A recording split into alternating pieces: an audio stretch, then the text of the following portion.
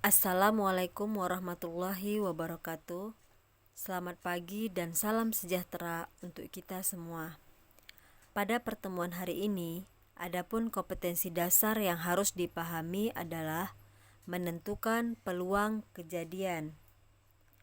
Peluang kejadian biasa dikenal dengan kata kemungkinan, kesempatan, atau peluang. Kita sering mengatakan atau mendengar kalimat kemungkinan besar hari ini turun hujan. Atau kalimat lain, peluang tim kita menang dalam pertandingan ini sangat besar. Kedua kalimat tersebut biasa kita dengar atau kita ucapkan dalam kehidupan sehari-hari. Itu merupakan contoh dari kalimat peluang kejadian. Untuk memahami lebih lanjut tentang peluang suatu kejadian, terlebih dahulu kita harus memahami ruang sampel dan kejadian. Ruang sampel adalah himpunan semua hasil dari suatu percobaan. Ruang sampel dilambangkan dengan huruf S, sedangkan kejadian adalah himpunan bagian dari ruang sampel. Kejadian dilambangkan dengan huruf A. Sebagai contoh, ruang sampel kita misalkan sebagai jumlah siswa kelas 12 SMK. Sedangkan kejadiannya adalah siswa kelas 12 TKRO. Jadi bisa dilihat di sini jumlah kejadian tersebut lebih sedikit daripada ruang sampel, atau nama lain dari kejadian adalah himpunan bagian dari ruang kejadian adalah himpunan bagian dari ruang sampel. Dari contoh ini, siswa kelas 12 TKRO adalah bagian dari siswa kelas 12 SMK. Kemudian kita bisa lanjut tentang peluang suatu kejadian. Misalkan A adalah suatu kejadian dalam suatu percobaan. Kejadian A dapat terjadi dengan NA cara dari keseluruhan NS cara yang mungkin dapat terjadi dengan kemungkinan yang sama. Maka, peluang kejadian A dapat ditentukan dengan rumus PA sama dengan NA per NS dengan 0 kecil sama dengan PA kecil sama dengan 1, di mana nilai dari peluang kejadian A itu adalah di antara 0 dan 1.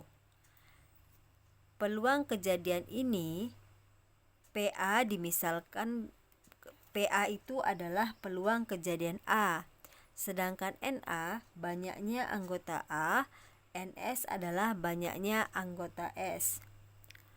Apabila PA atau peluang kejadian A bernilai 0, maka nilai A adalah kejadian yang mustahil atau tidak pernah terjadi. Misalnya sisi mata dadu 7. Seperti kita ketahui, mata dadu sisinya ada 6 bukan 7. Jadi itu termasuk kejadian yang mustahil, sehingga peluang kejadian A-nya adalah 0. Apabila PA sama dengan 1, maka A adalah kejadian yang pasti terjadi. Sebagai contoh, misal sebuah dadu dilempar sekali. Jika A adalah kejadian muncul mata dadu bilangan ganjil, tentukan peluang kejadian A. Seperti kita ketahui, jumlah mata dadu itu sisinya ada 6. Jadi langkah awal kita bisa buat diketahui S. S itu adalah ruang sampel. Ruang sampel dari sebuah dadu. Berarti ruang sampel dari sebuah dadu sisinya ada mata dadu 1, 2, 3, 4, 5, 6. Kemudian banyaknya anggota S atau banyaknya anggota dari ruang sampel ini adalah 6. Kemudian S sudah kita ketahui, S itu adalah semua kejadian yang mungkin terjadi, sedangkan A adalah himpunan bagian dari ruang sampel. Di sini diminta mata dadu bilangan ganjil. Dari ruang sampel yang disediakan, mata dadu bilangan ganjil adalah 1, 3, 5. Banyaknya anggota A 1, 3, 5 ada 3. Sehingga bisa kita tulis peluang kejadian A sama dengan NA per NS. Dengan banyak anggota A ada 3 dan NS ada 6.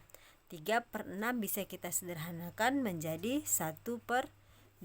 Jadi peluang muncul bilangan ganjil adalah 1/2 atau 0,5. Contoh yang kedua.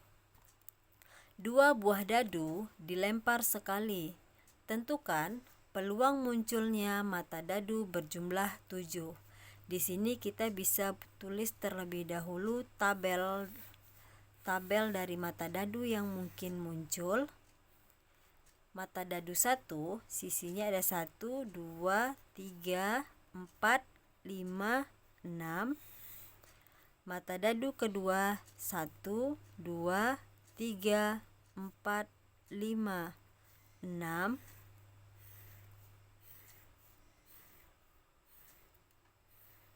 Kemudian kita bisa tulis semua ruang sampel yang mungkin terjadi.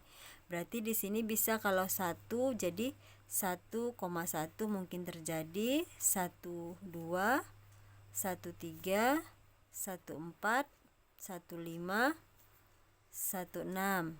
Kemudian 2, 2, 1, 2, 2, 2, 3, 2, 4, 2, 5, 2, 6, 3, 1, 3, 2, 3, 3, 3, 4, 3, 5, 3, 6, 4, 1, 4, 2, 4, 3, 4, 4, 4, 5, 4, 6.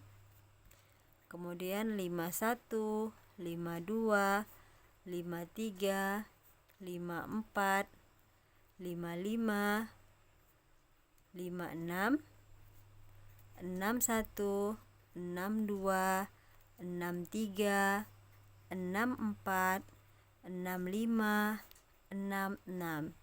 Berarti kita bisa tulis diketahui jumlah dari anggota ruang sampel ini adalah ruang sampelnya. Jumlah anggota ruang sampelnya adalah 1, 2, 3, 4, 5, 6. Ini juga 1, 2, 3, 4, 5, 6. Berarti jumlah dari keseluruhan ruang sampel ini NS-nya adalah 36. Ini untuk 2 mata dadu. Jadi yang ditanya, tentukan mata dadu berjumlah 7.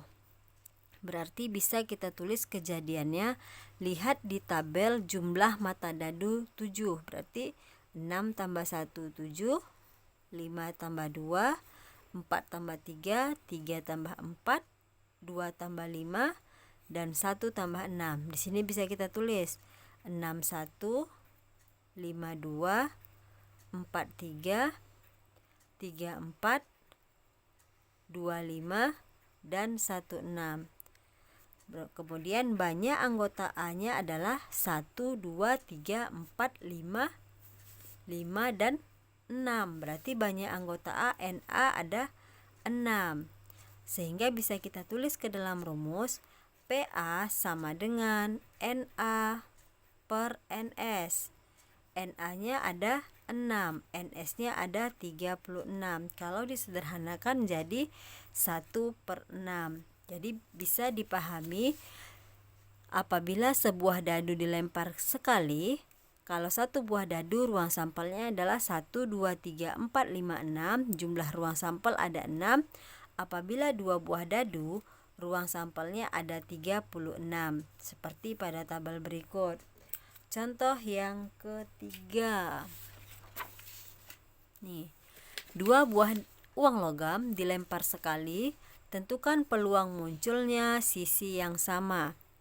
Dua uang logam. Kita ketahui uang logam itu hanya ada dua sisi, yaitu angka dan garuda atau gambar. Jadi untuk memudahkan membuat ruang sampel bisa dibuat seperti panah berikut. Apabila satu uang logam berarti sisinya hanya angka dan gambar. Kalau dua uang logam dilempar sekali bisa kita tulis seperti ini, angka, gambar. Jadi untuk membuat ruang sampelnya berarti AA. Yang pertama kejadian yang mungkin apabila dua uang logam dilempar adalah AA atau angka-angka. Kemudian kemungkinan yang lain muncul angka gambar, sisi gambar angka, dan sisi gambar-gambar. Hanya kemungkinan ini yang mungkin muncul. Sehingga banyaknya anggota S dari ruang sampel ini ada 4. Ini kejadian yang mungkin terjadi apabila dua uang logam kita lempar sekali secara bersama-sama. Kemudian kejadian A-nya diminta muncul sisi yang sama. Lihat di sini apa sisi yang muncul sama. Yang sama adalah AA dan GG. Berarti AA dan GG. Berarti banyak anggota A-nya ada 2. Sehingga peluang kejadian A rumusnya PA sama dengan NA/NS. NA-nya 2, NS-nya 4. Berarti bisa kita sederhanakan menjadi 1/2. Contoh yang keempat. Di sini dilempar 3 uang logam, dilempar sekali, tentukan peluang muncul satu angka. Sama seperti tadi. Kalau satu uang logam seperti ini hanya untuk memudahkan kita membuat ruang sampel. Ini untuk dua uang logam. Kalau 3 uang logam dicabangkan lagi, angka gambar, ini juga angka gambar. Bisa kita tulis ruang sampelnya. Kalau 3 uang logam dilempar secara bersama-sama yang mungkin muncul AAA, berarti AAA, kemudian AAG, kemudian AGA, setelah itu AGG, GAA, GAG,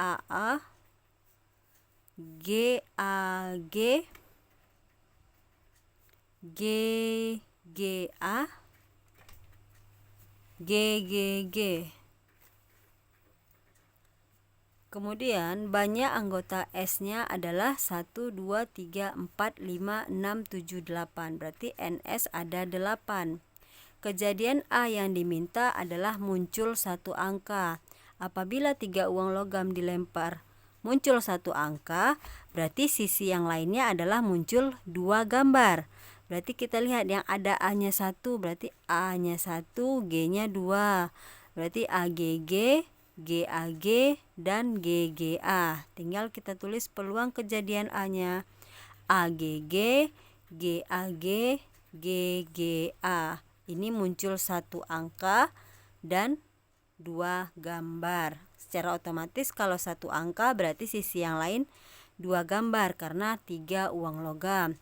Berarti banyak anggota A ada 3. PA sama dengan NA/NS. NA-nya 3, NS-nya 8. Sehingga peluang kejadiannya adalah 3/8. Jadi harus dibedakan apabila 2 uang logam dilempar sekali, peluang kejadiannya adalah 4. Sedangkan 3 buah uang logam dilempar sekali, peluang kejadiannya adalah 8. Kita harus buat terlebih dahulu ruang sampelnya supaya bisa mengetahui nilai dari peluang kejadian tersebut.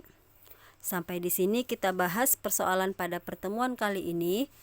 Semoga bermanfaat. Selamat belajar. Assalamualaikum warahmatullahi wabarakatuh.